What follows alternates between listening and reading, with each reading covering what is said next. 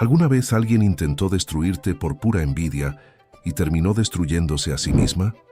¿Tú hubieras aguantado o le habrías plantado cara desde el primer día? Hola, buenas noches. La historia gira en torno a un conflicto laboral que mezcla relaciones personales y acusaciones en el trabajo. La protagonista enfrenta una situación tensa con una compañera que cree tener el control. El relato explora rivalidad, reputación y consecuencias profesionales. Gracias. Esta narración es completamente ficticia y ha sido creada únicamente con fines de entretenimiento. Cualquier parecido con personas, nombres, lugares o hechos reales es pura coincidencia.